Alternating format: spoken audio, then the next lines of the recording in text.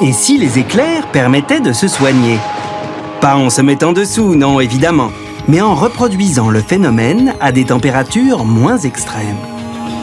Un éclair, ce n'est ni un solide, ni un liquide, ni même un gaz, c'est du plasma. Le plasma se forme toujours à l'intérieur d'un gaz, et c'est le 4e état de la matière. Il intéresse aujourd'hui les médecins, car il peut guérir des blessures de la peau et même peut-être tuer des cellules cancéreuses. Cette utilisation du plasma pour soigner n'en est qu'à ses débuts. Mais en Allemagne et en France, des innovateurs domptent le plasma pour inventer de nouveaux traitements médicaux.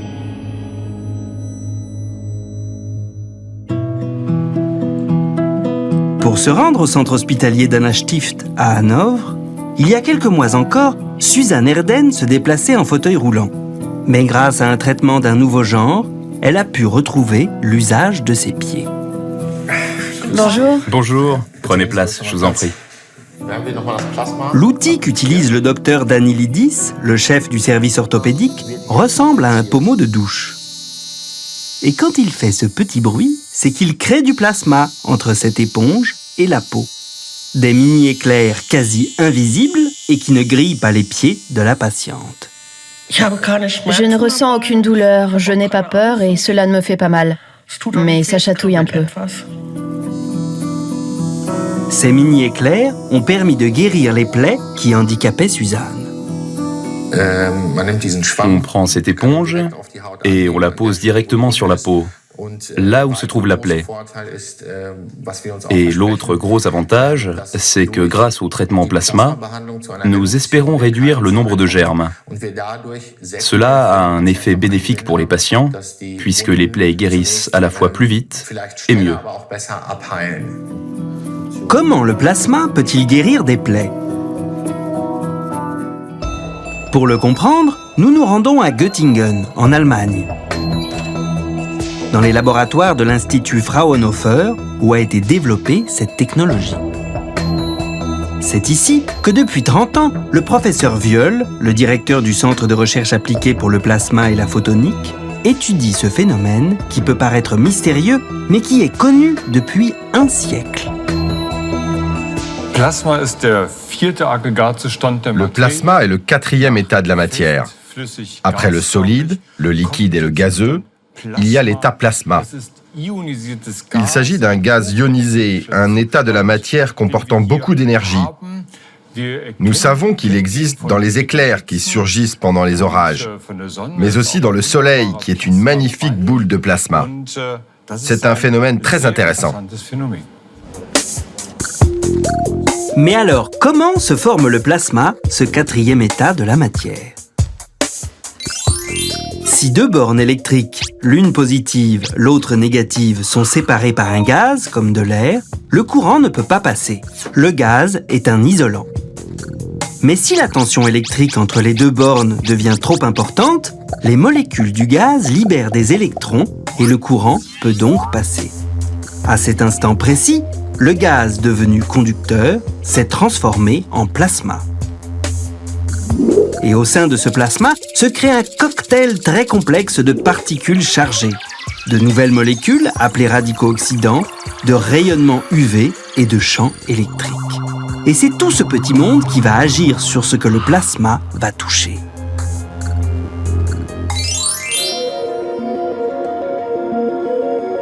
Le plasma est présent dans notre quotidien, dans les tubes fluorescents ou certains écrans de télévision. En médecine, il est aussi utilisé pour stériliser des outils chirurgicaux. Mais comme dans les éclairs, ces plasmas sont souvent extrêmement chauds. Le professeur Viol, lui, utilise des plasmas froids à moins de 40 degrés. Et il teste leurs effets sur une matière organique, le bois. Il se rend alors compte que les molécules et les rayonnements UV du plasma purifient, nettoient et améliorent la surface du bois, ce qui permet par exemple à un revêtement de mieux se fixer dessus.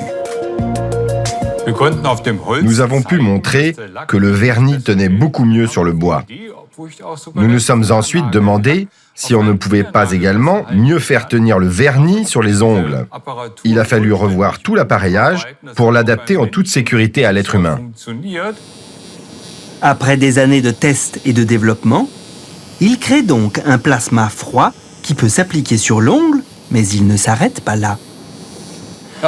Après avoir réussi à traiter l'ongle de la main en faisant mieux tenir le vernis, et que le tout était un processus sûr et indolore, j'ai ensuite eu l'idée de l'appliquer sur la peau. Du bois à l'ongle jusqu'à la peau, le chemin paraît un peu sinueux. Mais c'est ainsi qu'avec le docteur Vanke, il a développé le plasmaderme. C'est cet instrument que nous avons vu à l'hôpital. Cet appareil crée du plasma avec un courant très faible en utilisant la peau comme une borne électrique. L'appareil fonctionne de la façon suivante. Ici, nous avons notre électrode à haute tension, et comme contre-électrode, nous utilisons le corps humain. Nous créons le plasma avec l'air ambiant. Le traitement est sûr, il n'y a aucune sorte de brûlure, et le courant électrique est si faible qu'il n'endommage rien. Tout cela a été prouvé dans les nombreuses études cliniques et les traitements réalisés. Évidemment, il ne s'agit pas d'appliquer du vernis sur la peau, mais de la désinfecter. Le professeur Viol et le docteur Vanke nous montrent l'action du plasma sur les ennemis de notre peau qui apparaissent comme des petits points verts sous le microscope. Ce sont les bactéries. Pendant quelques secondes, ils soumettent ces bactéries au plasma. Les rayonnements UV, les molécules et les radicaux oxydants présents dans le plasma vont détruire les bactéries. Sous le microscope, le constat est sans appel. Les bactéries qui apparaissent en orange sont mortes. Nous voyons bien sur cette image comment le plasma est capable d'éradiquer un grand nombre de bactéries. Et en même temps, c'est un traitement sûr pour les cellules vivantes et humaines environnantes. Elles ne sont presque pas abîmées. C'est une grande innovation que nous présentons là. Avec cette technologie, on ne guérit pas que les plaies, mais aussi plein d'autres maladies de la peau. Dans le futur, nous arriverons à rendre les appareils encore plus petits. Ils seront peut-être introduits dans les maisons afin que les gens se soignent eux-mêmes. Et c'est peut-être en famille qu'on pourra soigner ces blessures. En Allemagne, le plasma est déjà utilisé dans les hôpitaux pour les traitements de la peau. Des études cliniques sur des centaines de patients n'ont montré pour l'instant aucun effet secondaire. En France, même si ces outils sont autorisés, les médecins ne les ont pas encore adoptés, mais des chercheurs s'intéressent aux effets du plasma sur d'autres organes que la peau. À Orléans, dans les laboratoires du Grémy, dépendant de l'université et du CNRS, le directeur de recherche Jean-Michel Pouvel a développé un instrument à plasma innovant. Il crée le plasma non pas dans l'air, mais dans un gaz rare comme l'argon ou l'hélium et le projette à travers des tubes flexibles avec un petit bruit strident. Le plasmaderme permet de créer des plasmas dans des capillaires, des tubes plastiques à de très longues distances. Et ce qui est vraiment bien par rapport à d'autres types de plasma, c'est qu'on peut l'emmener là où on veut, par exemple dans le corps humain, dans des interstices, dans des choses qui sont un peu profondes, où les autres plasmas ne vont pas pouvoir être utilisés. Avec ce plasma gun, ce pistolet à plasma, Jean-Michel Pouvel peut notamment atteindre précisément des tumeurs cancéreuses sur des organes internes comme le côlon ou le pancréas. Il a réalisé des études sur des souris et les résultats sont impressionnants. En jouant sur le temps d'application, en appliquant le plasma plus longtemps que sur les bactéries, il devient toxique pour les cellules cancéreuses et réduit les tumeurs. On voit que non seulement par rapport au contrôle, on a une régression tumorale. Au jour 36, vraiment, il y a eu une véritable régression tumorale. Mais en plus, on voit qu'il n'y a pas eu d'extension tumorale dans d'autres parties du corps. Donc, il n'y a pas de métastases qui ont été engendrées après traitement.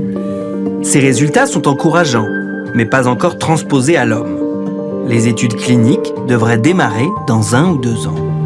En application courante, il faut attendre encore beaucoup plus longtemps. C'est peut-être à horizon de 7-10 ans qu'on pourra en voir les premiers effets, mais tout laisse penser que les plasmas seuls mais généralement associés à une autre thérapie vont amener un plus dans le traitement du cancer. Le plasma n'a pas encore livré tous ses secrets. Tous ses mécanismes ne sont pas encore compris. Mais il apparaît déjà plein de promesses pour la médecine de demain.